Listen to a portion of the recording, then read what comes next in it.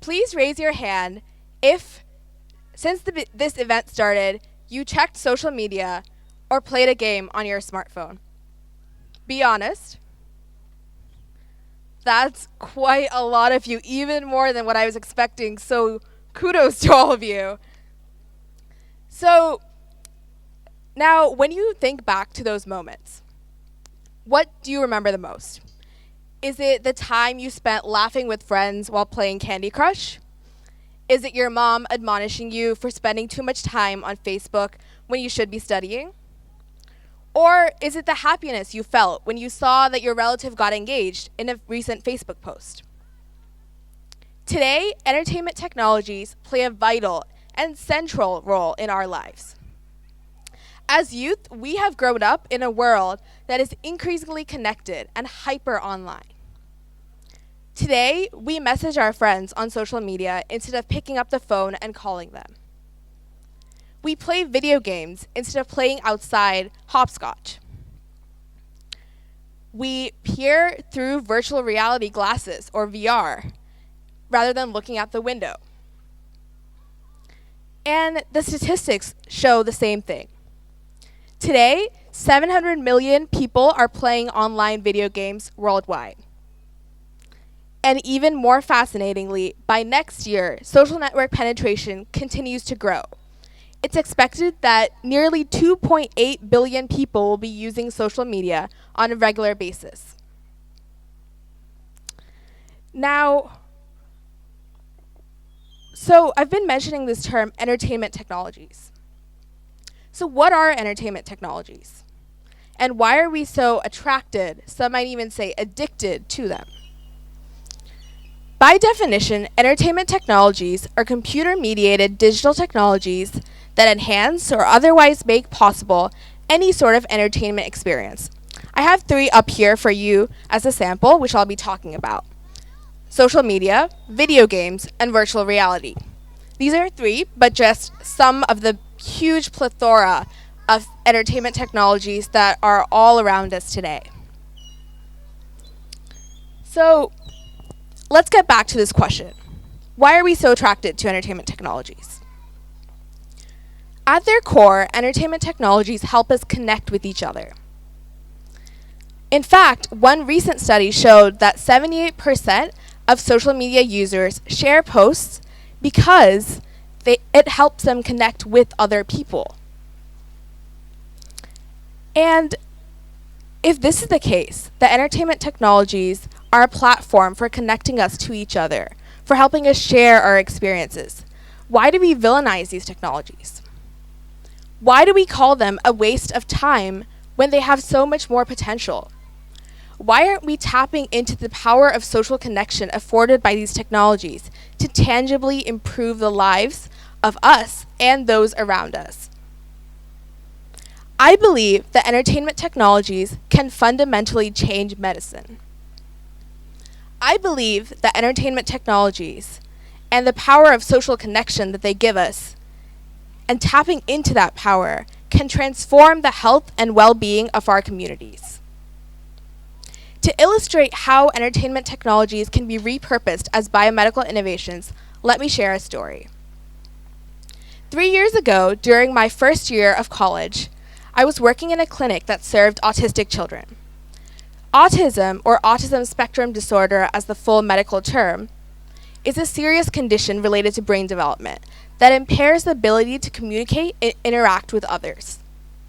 So the children in this clinic were autistic, which meant that they had a lot of difficulty communicating with each other, with the clinic doctors, with their parents even. However, I noticed something very interesting and when these children were given a tablet, their faces absolutely lit up. They would open apps with no help from me or any of the doctors and interact with characters in a virtual environment with absolutely no problem. This motivated me and a few teammates to build Spectrum VR. Spectrum VR, as you can see up here, this is a 6-slide snapshot. Spectrum VR is a virtual reality intervention designed to improve the social and interpersonal skills of autistic adolescents. Basically, how it works is that the child is placed in different social situations. which means that the child is interacting with virtual characters in a birthday party, in a classroom, in a hike in the woods. And when they interact with different virtual characters on the screen, these characters provide the child with feedback and responses. The idea is that we can train the child for in-person interactions. The idea is that we can train by showing the child that they can feel comfortable in a virtual social setting. They're more likely to feel comfortable in a real social setting with real people around them. So now, it's very well established that social connection is as important as nutrition and exercise. In fact, a recent study showed that social connection and poor social connection is as detrimental to health as obesity, high blood pressure, and smoking. Let that sink in for a moment. Now, let's go back to the idea that entertainment technologies can improve social connection.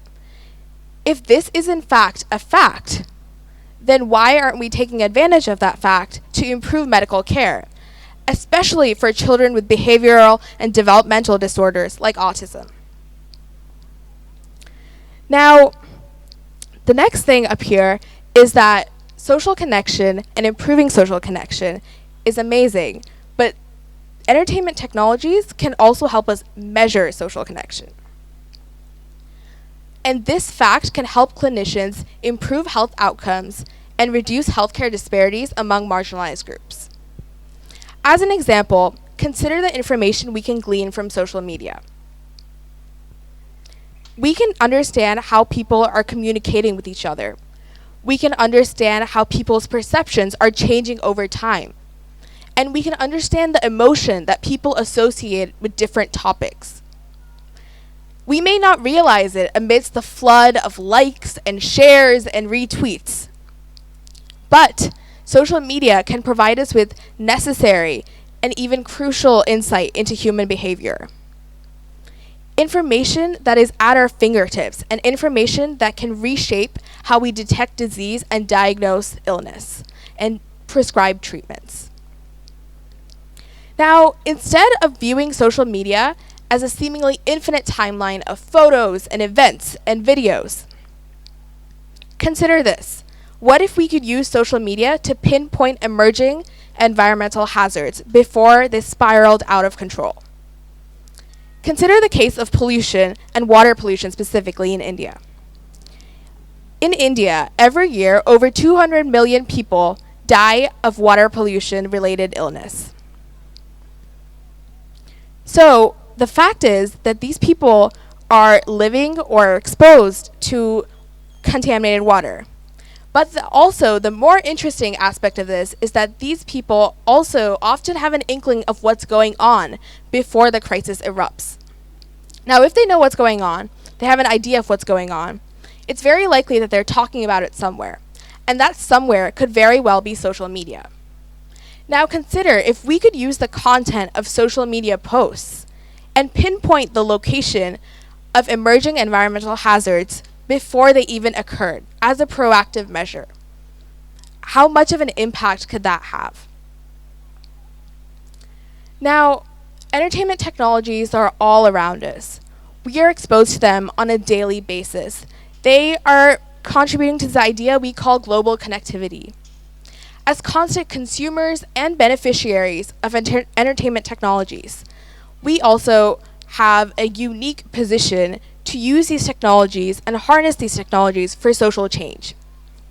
We have the opportunity to think outside the box and use and see how we can find new applications for these technologies. They provide us with so much satisfaction and pleasure, but how can we use these technologies like video games and VR and social media to actually improve our communities? So now I want to challenge each and every one of you in this room. The next time you're up late at night playing Minecraft with your friends, take a moment to pause and reflect. How can you use this game to tangibly improve not only your life, but the lives of those around you? Thank you so much.